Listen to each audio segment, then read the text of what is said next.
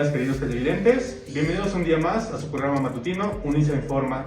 Los saluda César Caballero, espero se encuentren muy bien. Estamos iniciando la mañana y con ello la programación del día de hoy. Pero bueno, antes que nada, buenos días, Abril, ¿cómo te encuentras? Buenos días, César, muy bien. Como dices, es hora de iniciar con la programación el día de hoy, que tenemos temas muy importantes que compartir con nuestros televidentes. Y aparte tenemos invitados muy especiales que nos vienen a brindar información muy interesante. Cierto, Abril. El día de hoy tenemos como tema principal el trastorno adaptativo, el cual afecta principalmente a jóvenes y niños, y claro, también a adultos, pero en menor proporción obviamente. Es por ello que consideramos necesario e importante hacerles saber a quienes nos ven y escuchan, además de sus hogares, sobre este trastorno, que pone en peligro nuestra salud mental. Muy cierto, como lo comentas, compañero, pero además, ¿sabías que el trastorno es la principal causa de intento de suicidio? Y es considerado justo esta situación, es lo que se vuelve un tema preocupante y del conocimiento fundamental para nuestros televidentes. De verdad, no sabía de lo que comentas, compañera, pero es real que ese trastorno pone en riesgo muchas cosas. Pero para no entrar más en preámbulos, ¿qué te parece si mejor hacemos pasar a nuestros especialistas, quienes son médicos egresados de la UNISA y que vienen hoy a hablarnos extensamente de ese tema? Claro que sí, me parece perfecto. Entonces recibamos al doctor Aldo López y a la doctora Alejandra Favela y también a la doctora Elizabeth Vargas, todos ellos médicos generales y comunitarios egresados de la UNISA.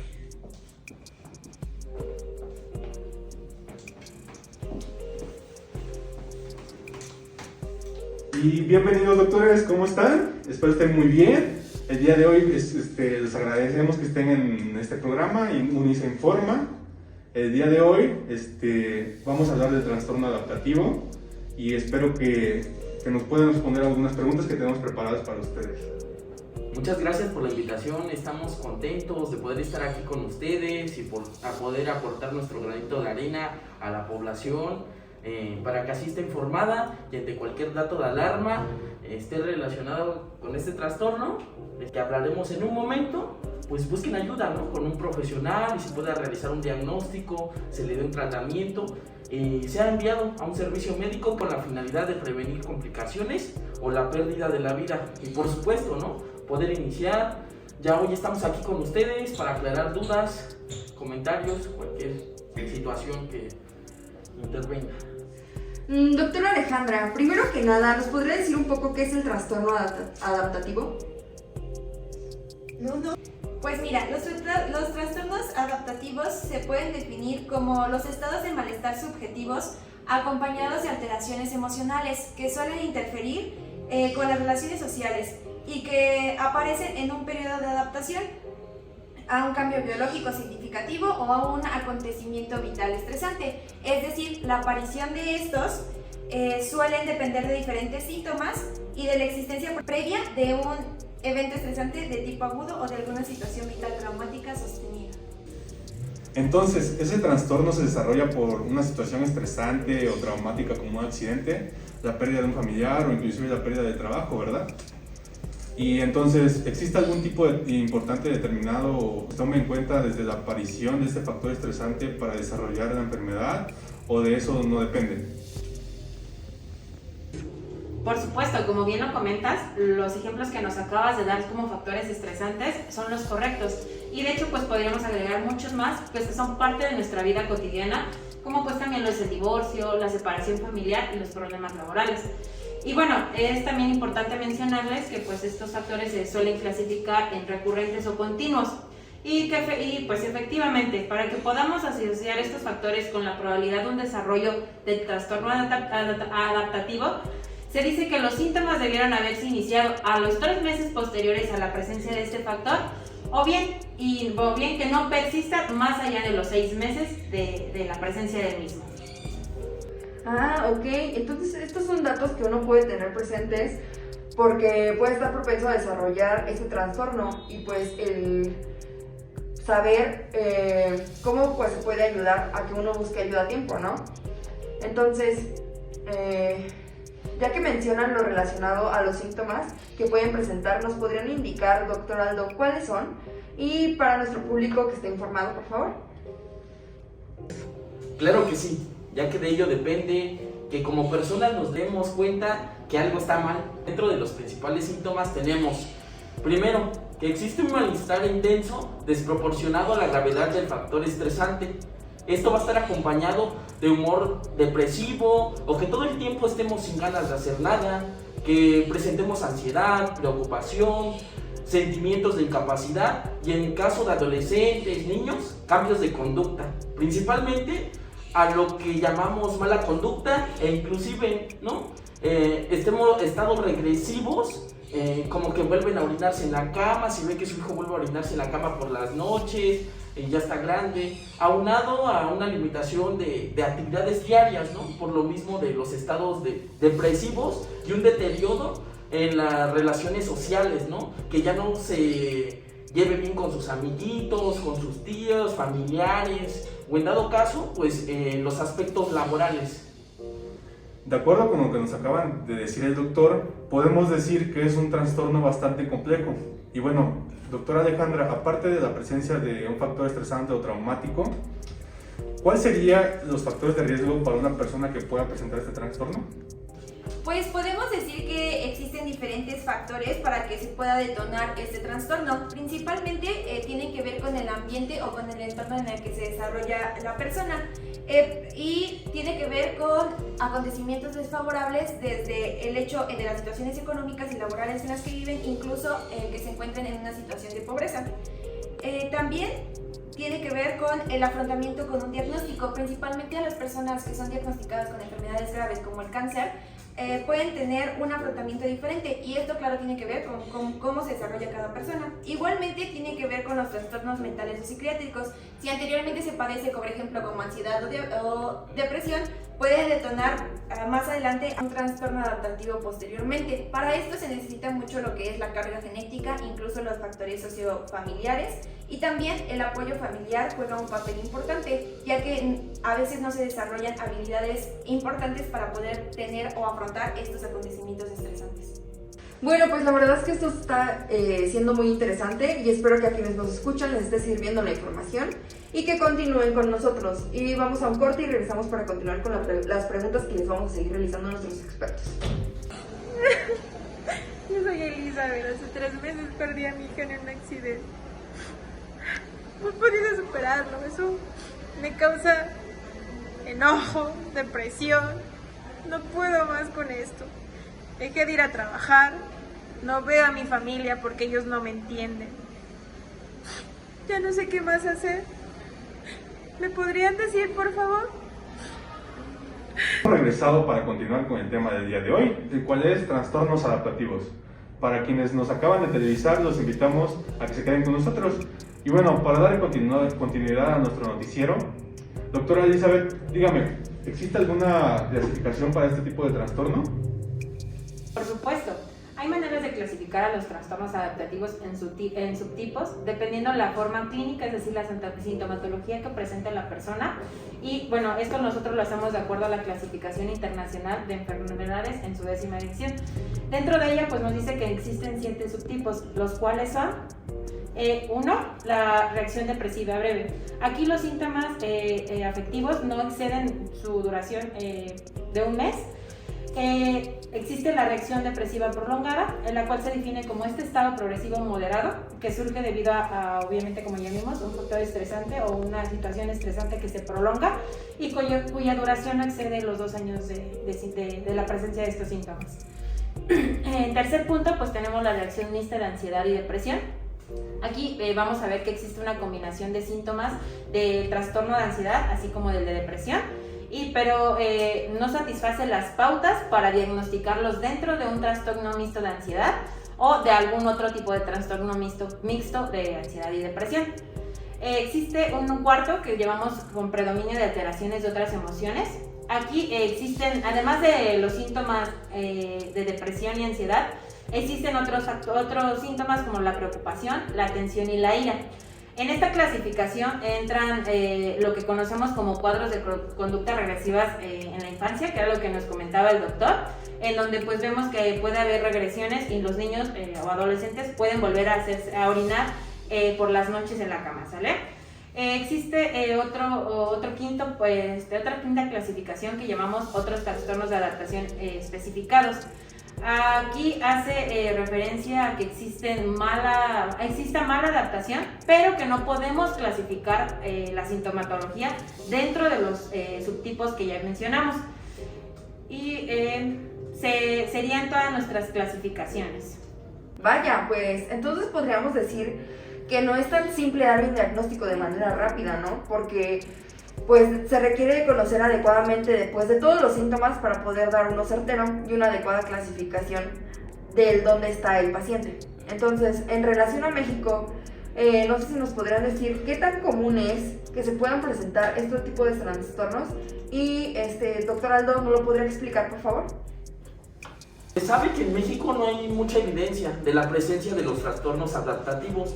Lo que sí les podemos decir es que la prevalencia de esta enfermedad oscila más o menos entre los 2 y el 8%, que dentro de las consultas psiquiátricas este porcentaje representa entre el 5 y 20% e inclusive llega a alcanzar el 50% de las mismas. Es más común que se presente en mujeres y menos común en hombres. Y como bien mencionaron antes desde el inicio del programa, suele ser común que se presente en niños, en adolescentes, y se consideran una de las principales causas de suicidio. Como vemos, es por ello que es importante que se diagnostiquen a tiempo y se les ofrezca un tratamiento adecuado y oportuno. Justo lo que nos acaba de decir sobre el suicidio es algo nuevo para mí y bueno, como usted bien lo dice, es necesario que se diagnostique a tiempo antes de que los síntomas evolucionen llevando a este fatal desenlace. ¿No, doctor? Ya. Por supuesto, el lograr dar un tratamiento oportuno pues va a evitar que el trastorno avance y se vuelva en un trastorno adaptativo persistente, y con ello, debido a la presencia de la sintomatología, que haya una disminución en el rendimiento tanto escolar como laboral, en el ámbito familiar y en el social. En el peor de los casos, pues esto va a llevar a una ideación suicida o que el paciente pues se intente suicidar, lo cual es considerado como una complicación muy importante, o en el peor de los casos, pues la peor complicación que ocurre en estos trastornos. Bueno, pues doctora Alejandra, la verdad es que nos gustaría mucho saber entonces cómo es que se diagnostica esta enfermedad. Recuerden que para poder diagnosticar una persona tiene que ser por algún profesional y no simplemente por este texto informativo que les estamos proporcionando. Pero algunos de los criterios que se tienen que cumplir para poder decir que tenemos un trastorno adaptativo es que la presencia de síntomas sea mayor a 3 meses consecutivos o, en su defecto, antes de los 6 meses después de un factor estresante. La segunda es que tenga o que se presente angustia persistente, pero sin algún factor detonante o factor estresante. El tercero es que los síntomas afecten de manera significativa el funcionamiento de la persona. Y por último, que los trastornos de adaptación se pueden diagnosticar después de la muerte de un ser querido, por la ansiedad, la intensidad y la persistencia del duelo, y que normalmente suele ser o depende de tanto normas culturales, religiosas y apropiadas para la edad. También es importante mencionar que existen diagnósticos diferenciales porque tiene algunas similitudes en su sintomatología con otros trastornos, principalmente con el trastorno depresivo mayor, el trastorno por estrés postraumático, el trastorno de personalidad. Entre todos ellos se debe de valorar el tipo y la temporalidad, y sobre todo que tenga un factor estresante como detonante o la eventualidad que produce esta alteración. Doctora Elizabeth, entonces, ¿cuál es el tratamiento una vez diagnosticado el trastorno adaptativo? ¿Nos lo podría contar? Bueno, pues el pilar fundamental del tratamiento va a estar basado principalmente en 3 cosas. 1, la psicoterapia. 2, el autocuidado. Y 3, el uso de psicofármacos. Me gustaría mencionar que el uso de estos últimos debe basarse principalmente en disminuir la sintomatología del paciente, pero también en las características de él. Ahora bien, en cuanto a la psicoterapia, pues es importante mencionarles que esta puede ser individual, grupal o familiar. Esto va a depender del factor estresante y obviamente de las repercusiones que esté teniendo el trastorno sobre el paciente. Y bueno, dentro de ella se suele está basada en intervenciones como son las técnicas de relajación, la terapia cognitivo-conductual y la psicoayuda. Y bueno, algo como hemos mencionado y es importante, una vez que se diagnostica y todo, es importante que nosotros como médicos enviemos al paciente al servicio que él requiera. En este caso puede ser psicología, psiquiatría, para que se les dé el seguimiento, ¿vale? También, pues como mencionábamos en relación al autocuidado, se basa principalmente en la seguridad personal, en la salud física y en el abordaje atento. Todas estas actividades están basadas, o la finalidad de ellas es permitir que la persona pueda incorporarse nuevamente a sus actividades diarias y aprenda a reducir el estrés en combinación con la actividad física, la alimentación, una higiene del sueño adecuada y la terapia ocupacional. Bueno, y doctor Aldo, ¿nos podría explicar un poco en qué consiste el tratamiento del uso de fármacos? Como comentaba la doctora, el uso de estos es para disminuir pues la sintomatología y así contribuir a que el paciente se sienta mejor. Entre los fármacos más usados tenemos los hipnóticos, los ansiolíticos, los antidepresivos, y su elección dependerá de cada paciente, porque cada paciente es singular. Sin embargo, expliquemos cómo funcionan los más recetados. Por decir, tenemos a trazodona, el cual es un antidepresivo sedante con un mecanismo de acción dual serotoninérgico.